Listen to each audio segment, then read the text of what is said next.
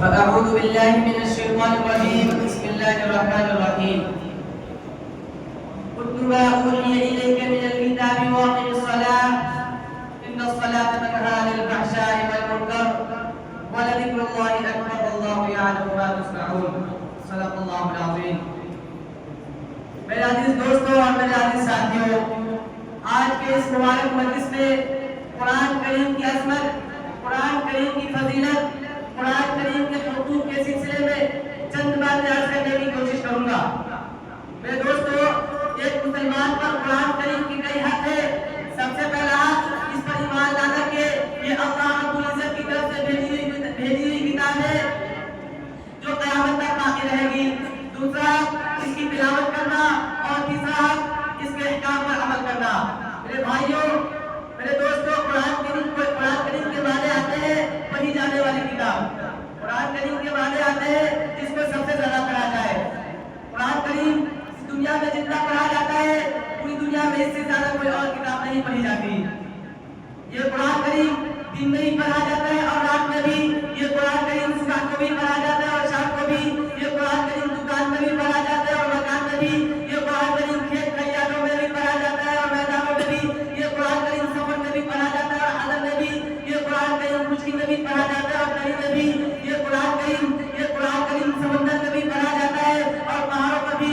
یہ قرآن کریم زمین پر بھی پڑھا جاتا ہے اور ہواؤں میں بھی. یہ قرآن کریم بچے بھی پڑھتے اور بوڑھے بھی.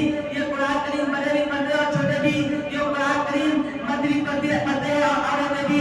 یہ قرآن کریم رمضان میں بھی پڑھا جاتا ہے اور غیر رمضان میں بھی. یہ قرآن کریم مدرسوں میں بھی پڑھا جاتا ہے اور اسکول کالجوں میں بھی.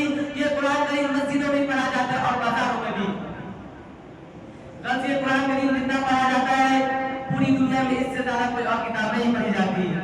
اس لیے کہ قرآن کریم کے معنی ہی آتے ہیں سب سے زیادہ پڑھی جانے والی کتاب. یہ قرآن کریم قانون کی کوئی ایسی کتاب نہیں جس کو جب من چاہے جب بھی چاہے اٹھا لیا، وکیلوں کی طرح اٹھا لیا اور دیکھ کر سجا کر الماری میں رکھ دیا. بلکہ یہ مقدس کتاب ہے جس کو پڑھنا بھی ثواب، جس کو پڑھانا بھی ثواب، جس کو سننا بھی ثواب، جس کو سنانا بھی ثواب، جس کو سمجھنا بھی ثواب، جس کو سمجھانا بھی ثواب، جس کو سمجھ کر پڑھنا بھی ثواب اور جس کو بغیر سمجھے پڑھنا بھی ثواب.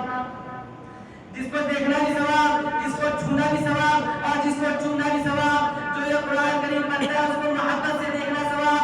جو یہ قرآن کریم پڑھاتا ہے اس کو محبت سے دیکھنا ثواب. جو جہاں قرآن کریم پڑھا جاتا ہے اس کو محبت سے دیکھنا ثواب.